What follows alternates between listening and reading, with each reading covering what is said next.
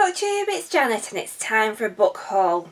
The first book I've got to show you is an absolute monster of a book, and this is The Invention of Hugo Cabret by Brian Selznick. I think this is a middle grade book, and it's part drawings inside which are absolutely beautiful, like these sort of charcoaly drawings, and then there's some pages with text on.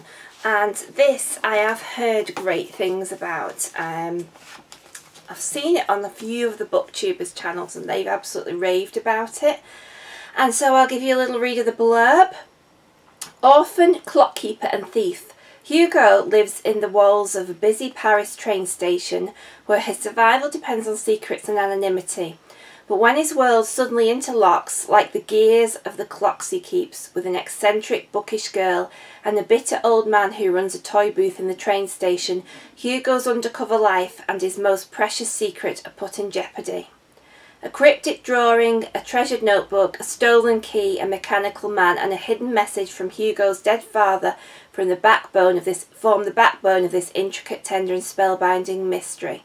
I think this is the book that led to the film Hugo, which I believe is really good. Again, I've not seen it. I'm just going to show you the inside, the naked hardback. And so I've not seen that either, so obviously I won't be watching it until I've read it, but I've been quite keen to read this for a while, so I'm looking forward to that one. The next two I've got to show you are when Eleanor and I read The Little Mermaid for our fairy tale retellings. One of the books that we read was Forgive My Fins, and it was the first part of a trilogy, and I really enjoyed it, so I've bought the next two to finish off the trilogy, and these are by Tira Lynn Childs, and this is Fins Are Forever, and these are YA books. Nice easy reads, really shiny cover. And the next one is Just for Fins. Can't remember which one's number 2 and which one's number 3, but I'm sure I'll find that out as I get to them. So quite keen to see where the story goes. And it follows the story of Lily, who's half mermaid, half human. And her mum was human, her dad is a mer, well, he's the mer king, I think he is.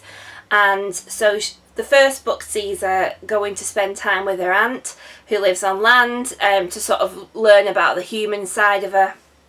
And she falls for the wrong boy. Anyway, I don't want to give too much of the story away, but the next two in the instalments are following, I think, a little bit more of her mermaid family and mermaid life, I think, and is all set in that world and that town, and I really enjoyed it. It was just a nice read, so I'm just quite keen to see where that goes and just, you know, finish the trilogy, because I'm a bit of a completist. The next one I've got to show you is a non-fiction book, and this is Sweet Honey, Bitter Lemons by Matthew Fort. Travels in Sicily. Matthew Fort is a well-known food critic, and this was sent to me as part of my recent Joy Book Club box. This is definitely not a book I would pick up for myself. I'm not really a fan of travel writing, and so it might be good for me to read something like this and maybe open my eyes to something a little bit different, because, you know, it is something that I would definitely have bypassed in a bookshop. So it looks really pretty, and, you know, I do like Italy and I like food, so it may well be something that I actually enjoy. The next one I've got to show you is by Jess Richards, and that is Cooking with Bones, and she's the author of Snake Ropes. I'm not sure if this is a follow-up to Snake Ropes or if it's a standalone just in her genre, but I'm just completely drawn in by the covers and the titles, and, you know, a book called Cooking with Bones that's a beautiful naked hardback like that, how can you resist it? And it does say on the back, my sister is a form wanderer, she is a mirror of want. Each person she meets sees what they want when they look at her, and she changes for each pair of eyes. So I'm absolutely intrigued by that one.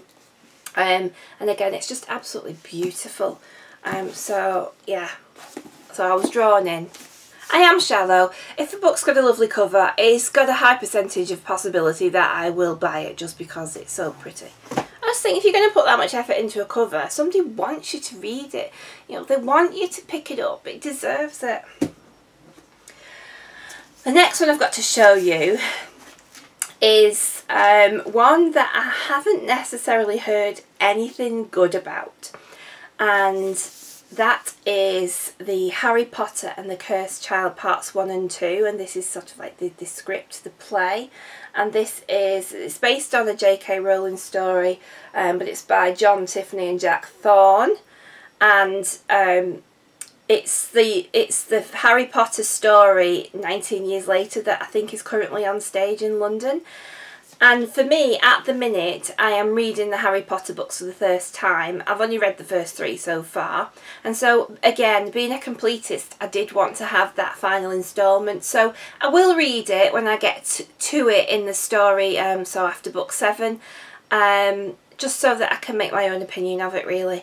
And it is an absolutely beautiful book. You know, this is it inside. These are the end papers.